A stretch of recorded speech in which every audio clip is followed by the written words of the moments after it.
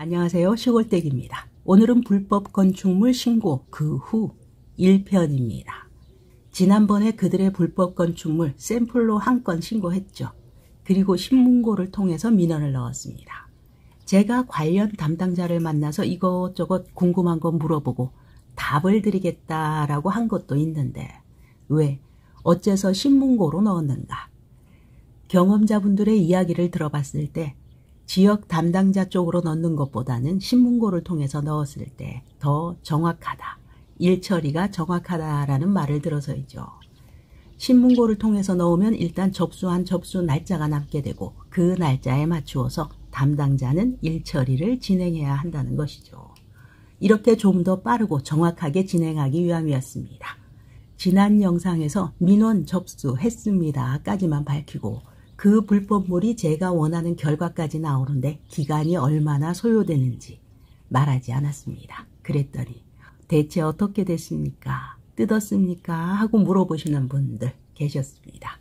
이 일은 장기전입니다. 일단 신고가 들어가면 담당자가 현장에 나와서 확인을 해야 하죠. 그리고 불법이 맞다 아니다 확인이 되면 이때 시정명령을 내리게 됩니다.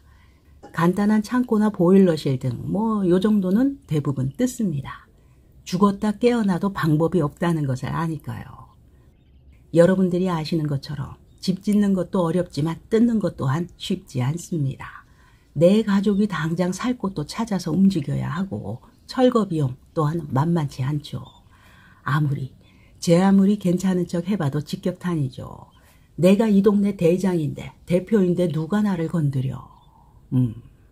전원주택 흉내내며 개폼 잡고 있다가 이렇게 직격탄을 맞으면 그래도 저처럼 수저든 손이 덜덜덜 떨려서 밥 못 먹지는 않겠죠. 언젠가는 이런 날이 올 수도 있다는 것 분명 알고 지었을 테니까요. 저는 불법이 하나도 없었음에도 제가 하는 일 모두 불법이라고 공사를 막았던 이 세 사람. 이 마을에서는 우리 허락 없이 아무것도 할 수 없다. 불법이다. 불법이 뭔지 아셔야 할 시점입니다. 자, 제 채널의 핵심 내용. 제가 개차반인 이장을 열받아서 발라버렸다고 영상을 만들었고 그 후 그들 넘은 잘못한 것 없다고 정식 재판을 요청했습니다. 그리고는 거짓으로 증인을 병신 만들어서 재판장에 세웠죠. 그 재판 아직 끝나지 않았습니다. 하지만 이 사건은 정식 재판 후 다시 한번 제가 대차게 발라버리면 되는 것이고 그 사건과 별개로 불법 건축물 신고 엎어치기 한판 들어갔죠. 한 번 들어간 불법 신고는 취소가 되지 않는다는 것. 두고 봅시다. 정말 취소되지 않고 목적지까지 갈 수 있는지. 그렇게 시간 들이고 정성 들여 목적지까지 다다르면 제가 해야 할 그 다음 일은 뭘까요? 불법 모두 뜯고 새 마음 새 뜻으로 그들이 집을 다시 지었을 때 저는 이때 드라이브 코스를 변경해야 하죠. 다시 잡아야 합니다.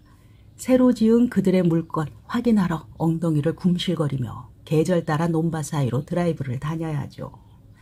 이번에 알 수 있었던 것. 동네 이장님도 자신의 집 문제를 해결할 특별한 백도 시장 바구니도 없는 듯 하다는 것. 만약 어떤 수단과 방법을 사용하여 빠져나간다면 저도 물불 가리지 않아야 하죠. 그럼 많은 분들이 궁금해하시는 불법물 정확히 언제 뜯는가? 정답은 당사자 마음입니다. 해마다 벌금 진딱 맞아가면서 몇 해 개기고 뜯든가 아니면 얼렁 뜯어내고 법에 맞게 다시 짓든가 온전히 당사자 마음입니다. 고집 피우며 몇 년 개기면 집 짓는 금액보다 벌금이 더 높아지겠죠. 저는 몇 해 기다릴 마음의 준비를 하고 작업 들어간 것입니다. 10년 기다릴 수 있습니다. 새 집이 폭삭 내려앉을 때까지. 우리 사이는 이제 보통 사이가 아니니까요. 각설하고 신고한 지 약 10일 만에 관련 담당자의 답변이 도착했습니다. 사실 선거 기간이 중간에 있어서 시일이 좀 걸리지 않을까 생각도 했었습니다. 그러나 다행히도 제법 빠른 답변을 받았습니다. 처리 결과를 보시게 되면 땡땡땡 번지상 건축물 일부분이 건축법 위반 사항으로 판단되므로 이에 대해서는 행정 절차에 따라 진행함을 알려드립니다. 이 자료에는 민원 처리 기간도 나와 있습니다. 민원이 접수되고 7일 또는 14일 이내, 늦어도 2주 안에 현장에 가서 확인하고 민원 제기한 사람에게 처리 내역을 알려주어야 한다는 것. 건축법 위반 사항으로 판단된다. 행정 절차에 따라 진행하겠다. 네, 아주 좋습니다. 상세사항 적어주고 사진 몇 장 첨부해주고, 네, 이런 식으로 접수되는군요. 준비되어 있는 불법물 접수하면 큰 문제 없이 진행될 것입니다. 이제 제가 할 일은 행정적으로 정확하게 착착 진행되고 있는지 중간중간 체크해가면서 추가 민원을 넣을 차례입니다. 이렇게 불법 건축물을 확인하는 방법은 크게 3가지라고 합니다. 첫 번째는 건축물 대장을 통해서 확인하기. 두 번째, 직접 방문하여 육안으로 확인하기. 세 번째, 시군청 관련 부서에 문의하는 방법. 여기서 첫 번째, 건축물 대장으로 확인하기. 관련 지번의 건축물 대장을 떼어봅니다. 건물 넘버, 아이디와 고유번호가 있습니다. 건축물 명칭도 있고 이중 중간쯤 보시면 건축물 현황 부분이 있습니다. 여기서 확인해 보시면 건축물이 어떤 용도이며 면적은 어떻게 되는지, 건축물의 구조와 지붕까지 세세하게 나와 있습니다. 이 건축물은 7년 되었네요. 이렇게 자료를 손에 들고 확인하는 것이 제일 좋습니다. 두 번째, 직접 눈으로 확인하기. 사실 저 같은 초보 아니시라면, 특히 남자분이시라면 누구나 슬쩍 한번 보시면 아실 수 있죠. 본 건물을 짓고 나서 완공검사 받고 추가로 연결해서 지은 곳이 있는지 확인 가능합니다. 이 중에 세 번째, 관련 부서에 문의하기. 요거는 좀 애매하죠. 상대와 담당자와 통화로 아주 강력하게 밀고 나가지 않는 이상 선생님 소리 들으면서 중재당하기 십상입니다. 대부분의 공무원들은 이런 문의를 하게 되면 향후 분쟁이 생길 것이라는 것을 알고 있기에 잘 알려주지 않으려고 합니다. 실제로 잠깐 화가 난다고 해서 전화를 하는 것이라면 중재가 감사할 수도 있죠. 자고 일어나서 술 깨고 나서 후회하게 된다면 말이죠. 이런 불법물은 일단 대출이 제한되고 매매 시 문제가 발생하게 됩니다.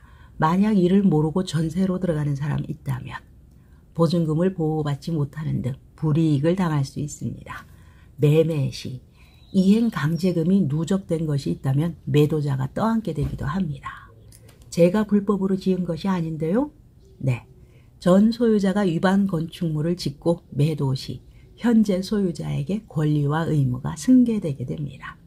건물 매수 시 불법 건축물이 있는지 꼭 확인하셔야 합니다. 결국 불법을 확인하는 가장 확실한 방법, 건축물 대장을 떼서 확인하시는 것이 제일 좋습니다. 그럼 불법 건축물로 신고를 한다면 그 후 정확한 진행 상황은 어떻게 될까요? 첫 번째는 시정 조치될 때까지 1년의 2회 범위 내에서 고액의 이행 강제금이 반복 부과됩니다.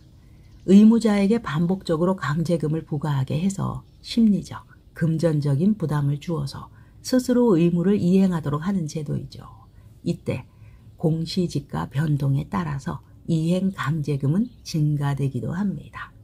두 번째, 사법기관에 고발되면 3년 이하 징역이나 5천만 원 이하의 벌금이 부과되게 됩니다. 세 번째, 강제 철거될 수 있고 그 비용 건축주가 부담합니다. 네 번째, 건축물 대장상 위반 건축물로 표시되어지고 재산권 행사 및 각종 인허가 신청할 때 제한을 받게 됩니다. 이런 위반 건축물은 자진정비, 철거 또는 원상복구가 원칙이라는 것. 이렇게 이미 불법 건축물로서 신고되고 또 그에 해당하는 행정처분을 받는다면, 확인되었다면 건축물 대장에 이렇게 표시되어집니다. 네, 저는 이렇게 이 길을 선택했고 여기까지 왔습니다. 숨 고르기 한번 하고 다음 작업 들어가도록 하겠습니다. 저도 인간인지라 마음이 편하지는 않습니다. 하지만 그들도 분명 상대의 심정이 한 번쯤은 되어보아야 할 것입니다. 이행 강제금, 벌금 산출 방법입니다.